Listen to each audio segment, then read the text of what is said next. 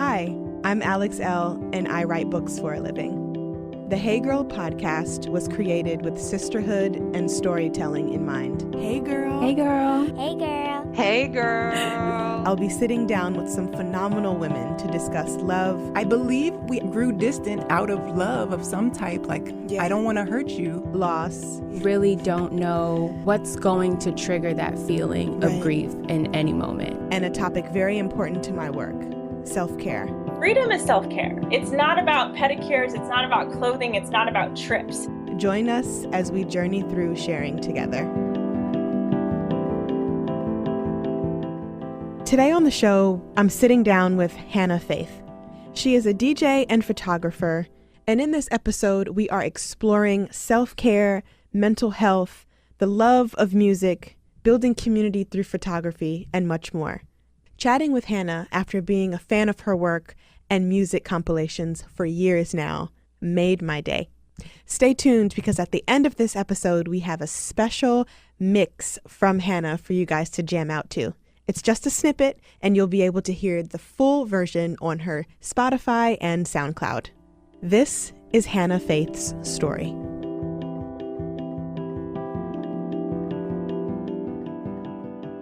Hey, girl. Hey girl. Hannah, I am thrilled to have you on the show today. How are you? I'm well, thank you. I'm really happy to be here with you. It's been so long overdue, and I've been keeping up with the rest of the podcasts, and it's a blessing to be here. So before we get started, to dive into our conversation, please tell the Hey Girl listeners a little bit about yourself. So who are you and what do you do? I am a DJ, photographer, and also a creative director based around art direction and just encompassing the delicacies of a woman's body and what she has to convey for herself. So yeah, I'm pretty creative all round. I've been following your work for years now, and I have seen such growth and evolution, and I am just beyond excited for all the things that you've been working on and bringing to fruition. And I want to start with music.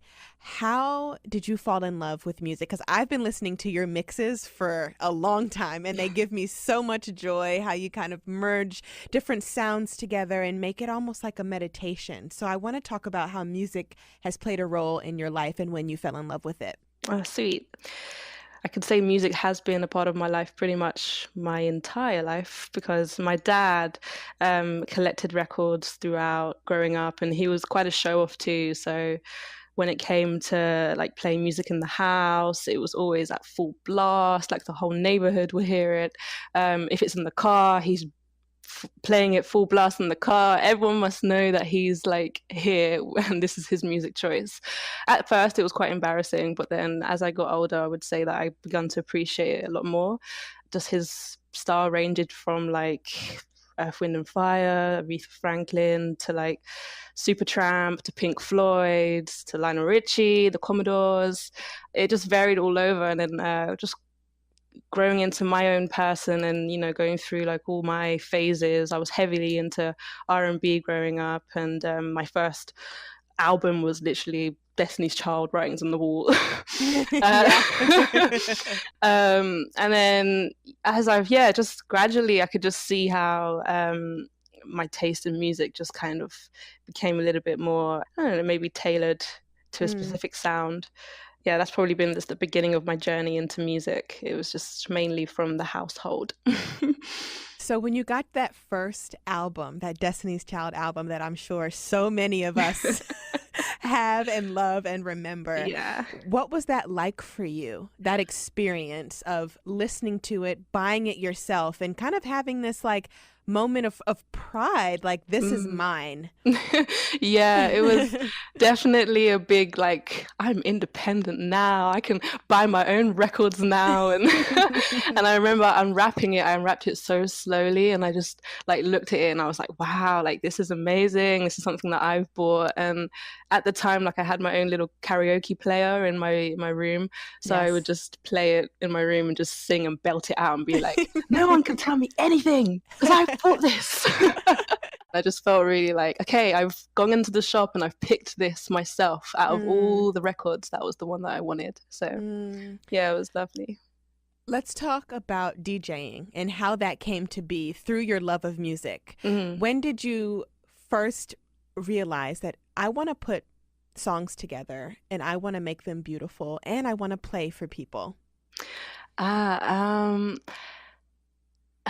It happened during the time that I was just going through a bit of stress with university. I was going through this whole like I'm not really happy with the course that I'm studying. So I was kind of in the space of like, what am I doing with my life? What am I doing? And during this time, I was listening to a lot of music and just having a lot of free time as well. So I was listening to a lot of music, a lot of mixes, but I also felt this urge within me as I was discovering new mixes. I was like, this is great, but also why can't I just make a mix for myself? I have all this, like, I have this big library and I just don't do anything with it. It'll be really cool to kind of like merge this library together and have something that I could just say I've produced just myself. And, you know, I guess just having a lot of free time, it just allowed me to kind of have that time to listen to myself and really get to the core of what it was that I needed to do in that specific moment. So yeah, it's one of those light bulb moments of like, ding, why don't you just make mixes yourself? So and to be honest, I didn't start with the intention of playing out to anyone, because I'm quite a bedroom like producer, typical bedroom like creative person that just does everything and doesn't really like share it or even thinks to share it. So it wasn't until actually I got in, well, my friend at the time, Yinka, he's a producer, and I told him like, oh, like I've been making mixes, and he was like, oh, cool, dope, like send it over, I'd love to have a listen. So I was like, okay, even that was a big thing for me. I was like, oh god, like I have to share this, okay, fine.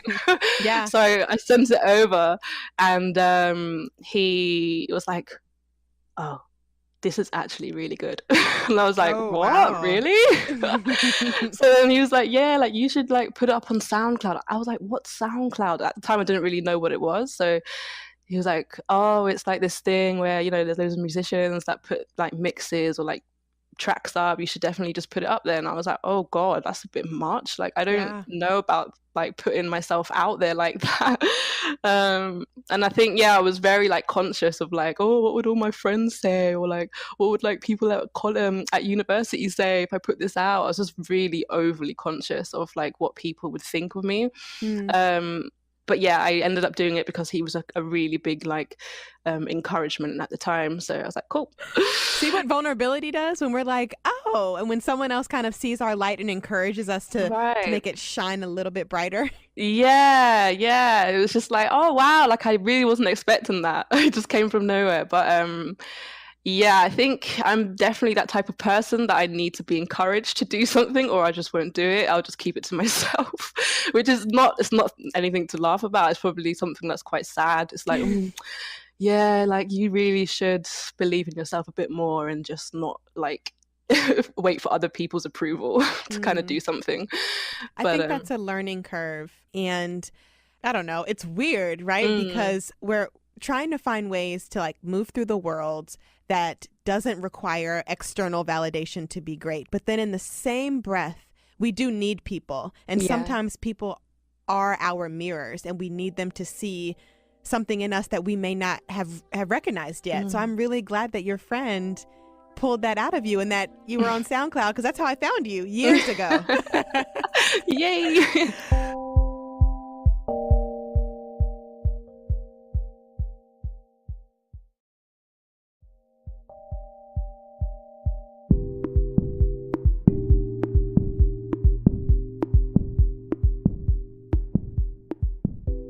I would say it's a big light bulb that came over me at that time, because it was just like anything is possible. I kind of need to step out of my comfort zone in order for me to move forward or expand as a person, or even within my craft. I just need to kind of like get out of my comfort zone and understand that no matter what happens, you're still going to be okay. I think that's a good segue into mental health and how you've been open about some of your struggles with depression and things of that nature. So I wanted to chat with you a little bit about how that time was for you and how you found self-care through your photography and through art. Yeah. So at the time, it was very brand new. I would say it pretty much stemmed from a range of things. One being overworking and not really taking the time for myself, um, to a point where I became completely burnt out.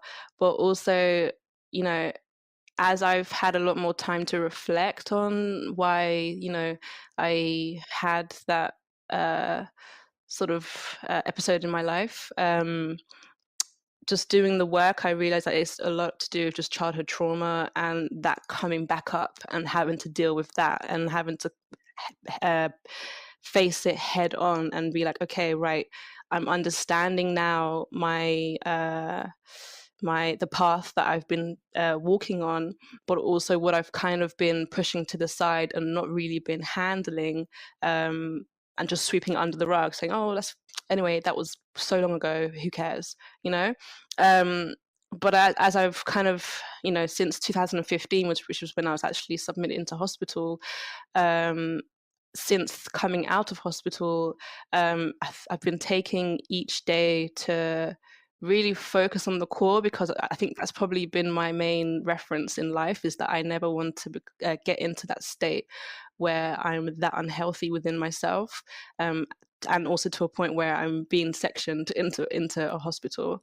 So that's kind of been my reference to never ever slipping or like getting to that lowest point, and really been just taking the time to meditate, to read, and to just focus on these points, or focus more on my body and more on myself and more on like, what is it? Why am I feeling this way? And actually like allowing myself to deconstruct why I feel that way. So and through my arts, I'm so blessed that I have the opportunity to have not just the gift, just gift from God, because I would say that has, through photography, that has been a tremendous outlet for myself whenever I do feel in a rut or in a certain type of way. That has been one of my outlets. It's just, okay, I'm understanding that I'm feeling this way, but there's other ways to channel it, and just allow yourself to kind of release these emotions, or these emotions that I have, and kind of put them into your work, and like allow that to speak for yourself. And don't I don't know, just kind of take advantage of what you have. And because for me, I feel like this is something that hasn't just magically appeared from nowhere. It's something that God has actually given to myself as a tool, for whenever I feel this way, whenever anybody else feels this way. This is a tool. The camera is my tool. The Dex is my tool for me to spread this love, or alchemize this feeling that I have, this dark feeling that, or this depressive feeling that I have, and alchemize that and turn it into something beautiful. So yeah, I don't know if I actually answered the question. You did. But yeah. And there's no right or wrong way. And I really appreciate everything that you just shared, because it unpacks a lot. And it's really encouraging to hear that you're on the other side of healing, but not to say that the other stuff, the other baggage is gone. So what I've realized just in my own work and in my, my own self-work, is that the suffering never really goes away, but it's how we move through the suffering and the hurt and the pain and the depression, how we're taking care of ourselves when those moments start to arise. And that's how we find ourselves, or me personally, on the other side of the healing process, and knowing that there could be something else that comes up and knocks me down. But what did I learn from that last thing? to help me get back up again. Yeah. I want to just explore that a little deeper with you and talk about being on the other side of the healing process and having the faith to face it head on. Yeah. Wow. I would say from, over the past year or so, that was probably when I was deep in my transition of learning how to deal with these moments, or those moments where I'm not feeling too well. So I had to come face to face and say, look, this is what I've got to really get rid of. This is what I have to strip off. Like, this is what I need to take away, because this is causing me to feel anxious, and I'm understanding now what is causing me to feel anxious, and understanding that I have to let this go, because if I don't, it's just going to continue to bite me up inside.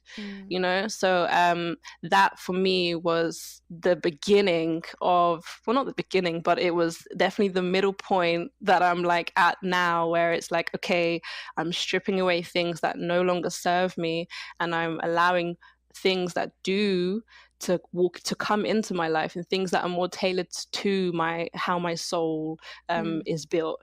Yeah, so going through this at the moment, because this is what I'm going through right now, but going through this at the moment, I have had to just do things that I wouldn't usually have the courage to do, but I'm doing it for the benefit of the greater good for myself, so that I can also be grateful for people that are around me.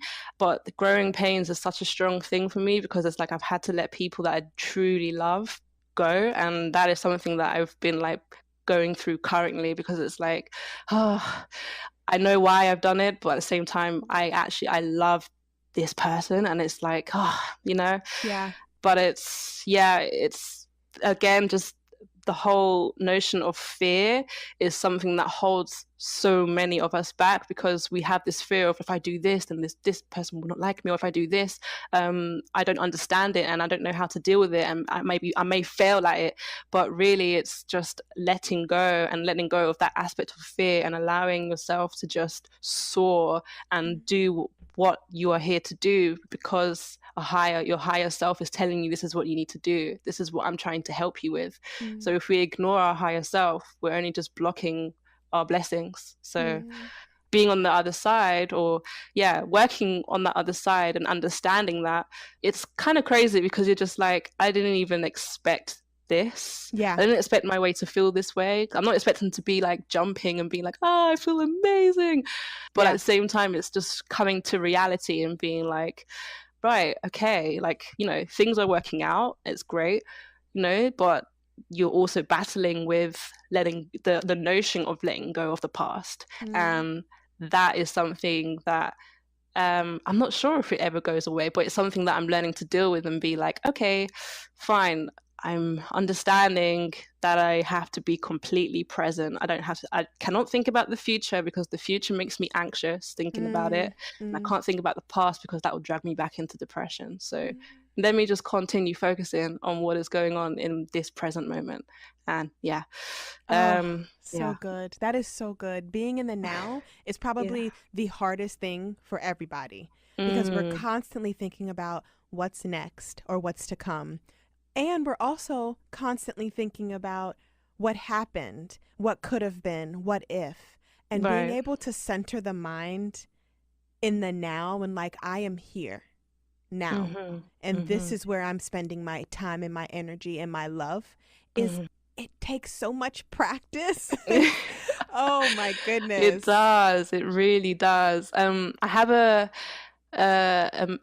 self-affirmation, but it goes along the way of like, I am joyful, I am loving, I am patient, I am peaceful, I am a shining being. So that is like my constant like affirmation to myself. If I ever feel in like just a way where I feel like I'm clinging on to these like moments of the past or thinking about the future, it's like I have to say to myself, I'm joyful, I'm loving, I'm peaceful, I am patient, and I'm a shining being. Yes. Yeah. That I am patient one. I I I struggle am with that. patient. Wow, that's the one. That's the one. Because Yes. I can be so impulsive. I can be like, just do it. Yep, go on. Yep. Yeah, Yep. I want it now. I want it now. And it's like, no, why isn't it happening for me now? It's like, hey, everything has its time. Just be patient. You're good, you know? Yep. Everything has its time. Yes, I am Yeah. right there with you on that. So before we wrap up, I want to touch on self-care and finding fullness in your self-care, even in the moments where you may feel distracted or broken or crumbling. How do you find fullness in your self-care practice these days? Yeah, so even if I'm in a moment, I tend to allow myself, I'm a crybaby, so I tend to allow myself to cry and let that out. And then I come back to breathing. I guess I'm in this moment now where it's like I'm allowing myself to just not be so tense and hold things in, because yeah, that's what tends to destroy me inside. Yeah. So I just do what I literally feel. So if I feel like crying, I cry. If I feel like laughing, I'll laugh, even though there's nothing to really laugh about. I'm just like, ah, ha, ha, yeah, I'm on the verge, but who cares? I will dance. Dancing is my favorite. I love to just put music on in the house and just dance. There does get to a point after, after the lowest point, that I do come to a sense of, okay, now I'm allowing like my higher self to speak to me, and now I'm hearing those messages that have been spoken to me. That's when I know that I'm coming back to myself. Yeah. And when I know that, okay, and then once I've had that chat with my higher self, and I've probably meditated on what I've had that chat with, on what I've received, that's when I then feel full again, because I'm coming back and I'm reaffirming myself of who I am, and that it's okay, and that things are just, this is just life. I'm going to go through the motions, and it's not going to be perfect all the time, to be honest. No such thing as perfect, but it's just allowing myself to go through these motions, and then coming back and feeling like, okay, whew, thank you, now I'm good. I feel like I'm in this state of understanding that this is just what we go through. We're not perfect, and we're going to feel low, we're going to feel high, we're going to feel very balanced. That's the state that I want to continuously be in. It's just balanced. I don't want to be high and low all the time. I feel myself again. I feel like, okay, it's perfectly okay to go through those motions.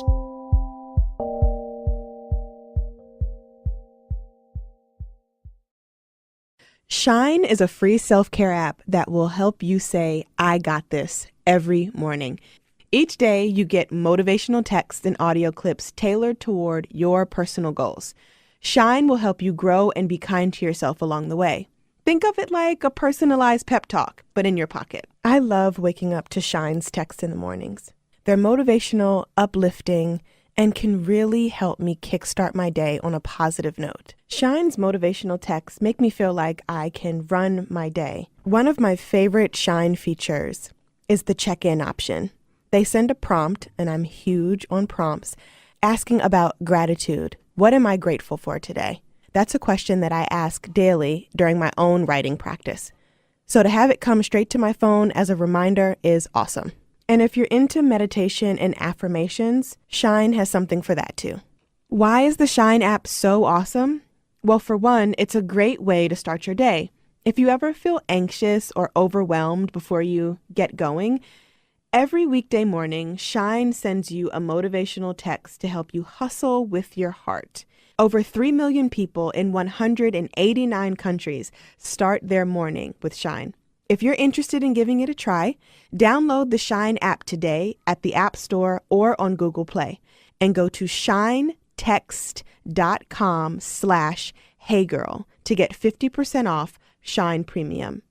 You'll get access to the entire Shine audio library and enjoy other exclusive features. That's shinetext.com/heygirl to get 50% off Shine Premium. Again, that's shinetext.com/heygirl.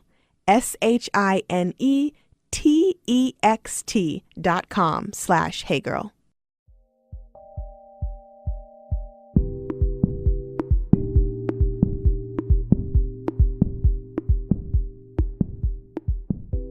You said, come back to breathing, come back to yourself.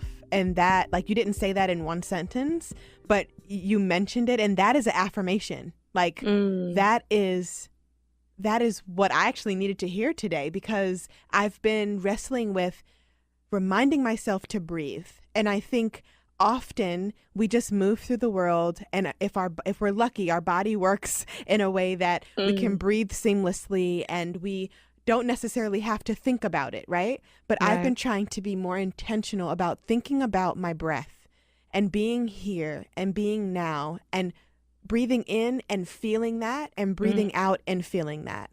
So thank you. You just gave me something to journal about later. Thank you. So 2 more things before we go. Photography and community.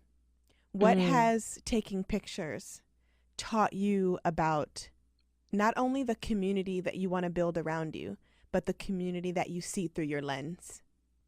You see, what I've learned through photographing women, especially because that's mainly my main subject. But what I've learned is that we just want to feel at peace. We just want to come into a space and just feel the weight of our shoulders be let off and just relaxed. We just want to feel relaxed and at peace. On numerous times, I've just had this feedback from so many women that I've photographed, and they've always let me know, like, oh, I really enjoyed that session. I just felt at peace. I felt good. It just felt nice, you know? I think even, again, just photographing people around the world and talking with them, their highest goal is to attain a level of peace and also spread a level of love, you know, that this is what the world needs is love. We need to be flourishing in that and not focusing and not allowing external factors to weigh us down. So just through speaking to through everyone that I've come into connection with, is just always this sense of just wanting to feel at peace. That is really all I can think of right now, is the main word that is coming. So in the community that I want to continue to be around and want to also build, is just this very strong sense of connection and understanding that we are all connected, and that the main factor is love and it is peace. Like, with these main factors, we would all experience this if we all, each of us individually, work on those aspects in our lives, you know? So yeah, it's just, again, I really love photographing people and just talking with them and connecting with them. That is my main love for photography, is the connection. It's the connection of hearing their stories, hearing where they've come from, or just hearing how their day went, or hearing what they've got coming up, or their dreams, their aspirations. And it's just beautiful to just see how we all have like this notion of wanting to help make the world a better place by spreading this love, you know? Yeah. That is really all I want from my community. So as we wrap up, let's talk about your top 3 favorite songs right now. Oh, is it cheating if I bring up Spotify? Okay, no, it's not. Okay. I would say one off the top of my head is Kwang Bin. It's called Friday Morning. I would say For l'amour, you just need to believe in yourself. For l'amour is spelled FOLAMOUR. And the third one, Lonnie Liston Smith, Says, SAIS. That is it. Oh, yes. Those sound really beautiful.